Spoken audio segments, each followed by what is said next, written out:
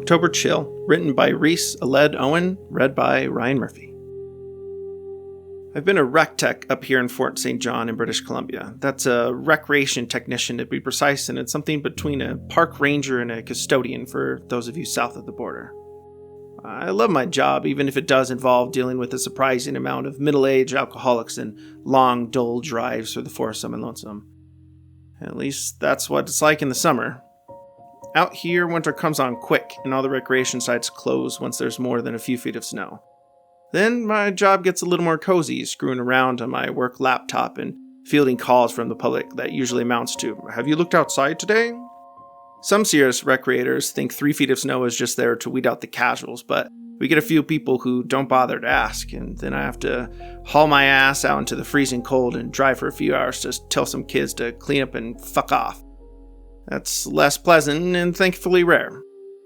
The nice thing about your average rec site is that's in the middle of fucking nowhere by design, so you're not likely to find someone there who doesn't really want to be there. The downside, of course, is that when someone is there, it's a hassle to get them to leave. That's if you ever find out they were there in the first place. Rec sites have a limited surveillance or tech in general. It's harking back to the older style of camping, no tech except what you bring with you, spotty cell service, and complete privacy. Recently, in October, the snow came down earlier than we were expecting, 5 feet that ground the Peace River district to a screaming halt. I was a little disappointed and surprised given how temperate September had been, but if you work up here in the north, you have to get used to the weather getting more erratic as climate change really gears up. My dog Rusty was happy at least because I was working from home a little earlier. He was getting too old and scatterbrained to take out on the trails with me. I just finished my check-in with my boss when the storm of the decade hit. It knocked out power from my block for a couple of hours, and the sheer whiteness outside was blinding. Thunder crackled and lightning arced through the sky like a silvery membrane. The contrast between my old, dark rental and the blinding snow outside gave me a headache.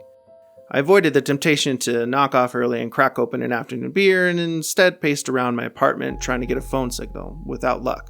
2 hours passed, and power came back, my workstation coming to life with its usual enthusiasm. Getting back online, I felt a deep sense of unease. I had several missed calls from the public and a few from my boss. When I called her, she picked up on the first ring, and shit wasn't good. Half of Fort St. John had lost power, and there are currently 3 kids missing from home. Word was they'd snuck out a few cases of stolen beer and planned to party it up on the old Coast Creek trail site. This would have been an idiotic thing to do at the best of times, but the storm had hit an hour or so after they had left and no one could get a hold of them. I checked our data and the storm would have hit the trail before town, and it had come on suddenly and without warning. My shift was technically over in an hour, but given my 2 hours offline and the tone of my boss's voice, I volunteered to go check it out. I was closer by an hour than she was, and besides, I knew she had kids of her own, both boys. Cases of missing kids are the worst, and out in rural communities it's just us and the Mounties, as well as any volunteers we can recruit from the public. To be honest, our CMP was always stretched thin, and the kids would probably respond better to seeing me than a cop. My rental has underground parking, so I was on the road within minutes, swallowed in layers of compression clothing and cold protection with a couple of small heating packs stuffed in my hiking boots for good measure. My truck was designed for this kind of weather as part of my job, and I had a trail bag in the back at all times. But even with all that prepared, sundown was fast approaching as I hit the back roads leading to Coast Creek Trail. Even my old reliable truck only just about managed to hit the parking lot without getting stuck, so I knew I'd have to scout the rest of the site on foot. It was a pleasant 2-mile hike in the spring and summer, but it'd be grueling in the winter, and the storm had left half of the markers and trails buried in the snow. There were no other cars in the lot, and the roads had been empty. If the kids were here, they must have arrived before the storm hit, which was potentially good news. They could have waited the storm out in the car, which meant there was maybe still some time to get the idiots out. I piled my gear on my back and set off, relying on years of walking through the trail to guide me to each campsite, my headlamp panning back and forth against the darkness. The snow was so thick that most sites were indistinguishable from the trail itself, but I found their car around the first kilometer. I was sweating and freezing and getting less worried and more pissed off as time went on, but even with all that, I knew there was something wrong the moment I saw the beat-up old Mercedes in Site 34A. All the doors were open and packed with snow. A cooler was tipped over, the cans of Bud Light inside frozen and burst, as well as a few empty cans of Lucky just visible through the ice. The snow on the way here had been packed but walkable, but around the car it had frozen over the top as though it had melted and refrozen overnight. I had to use a lot of care getting closer to the car, and the cold seeped further into my bones with every step. Something was wrong. I reached the car and laid a hand on the snow, brushing it off to see if there's anything left inside to indicate where the kids had gone. I'd only scooped away a few handfuls when my fingers brushed something solid. I scooped another handful and stumbled back. Glassy, protuberant eyes stared at me blankly from the ice. I felt my chest tighten as the rest of the head slumped out of the snow. This was Kevin Payton, one of the missing kids. His face was blue and starting to blacken from frostbite, and he wore a look of mild surprise. I stumbled backwards and tried not to throw up, falling to my knees as bile rose in my chest. My hands felt through the snow and ice, and even through my gloves I felt something odd. I pulled it up, revealing a long, pink winter jacket, the zipper torn, with blood on the lapel. The name was on the inside, Teresa Monty. Now, where did this come from? I hauled myself to my feet and noticed a trail of heavy-set steps deeper into the tree line, away from the frozen creek. I spared the car a look and felt the bile return, but I pressed on, following the steps deeper into the woods. Between the large hiking boot tracks, barely perceptible, were light, frantic steps going in leaps and bounds across the snow, leaving just a small imprint. Crouching down, I confirmed my suspicion. The person was barefoot.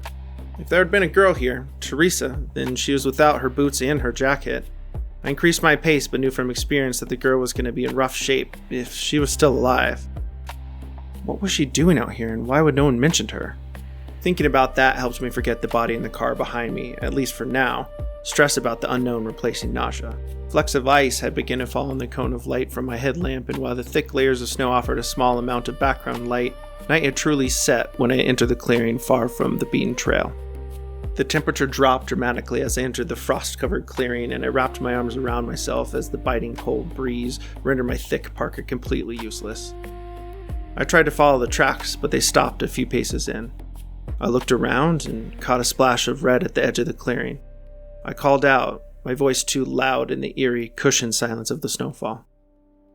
Another step forward, another splash of red, the blood flash frozen so that it almost seemed to hang an inch or two off the ground.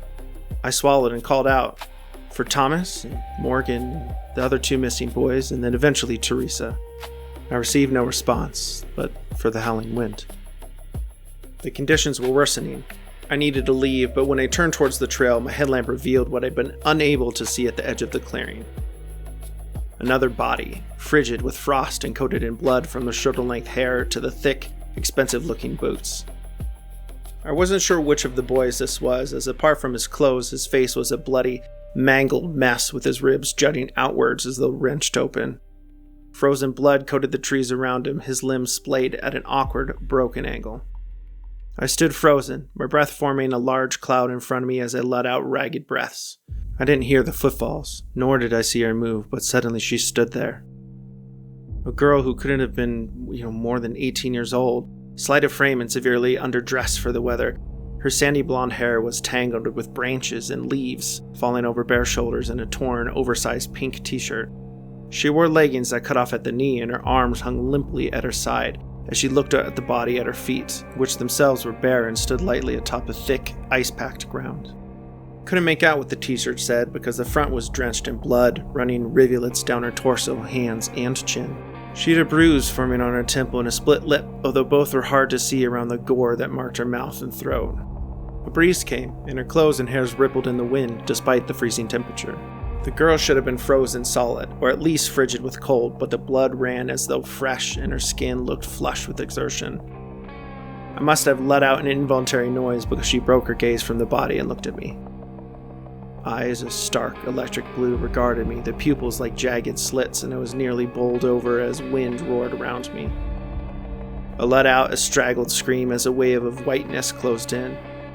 The girl took one last look at me, her arms bloody up to the elbow and eyes bright, before she turned slowly and walked into the wall of the storm before it started rolling inexorably towards me. I don't know how I managed to get back to my truck before the storm hit.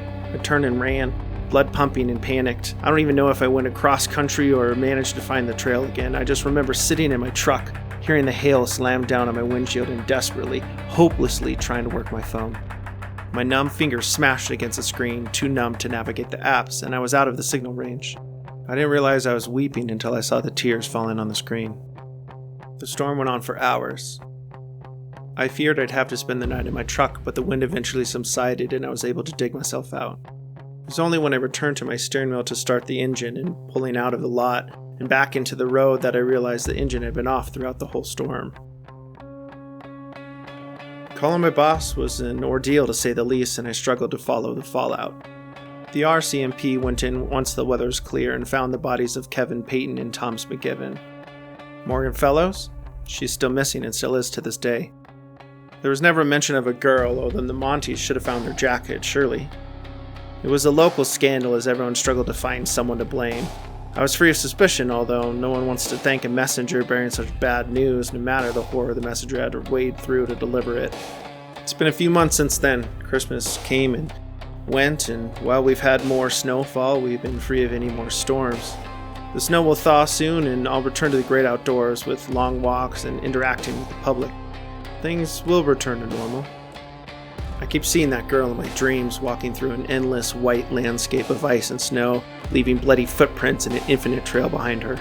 The figure always walks in the shadow nearby, always out of sight, but leaving a trail of misshapen, hulking footprints behind.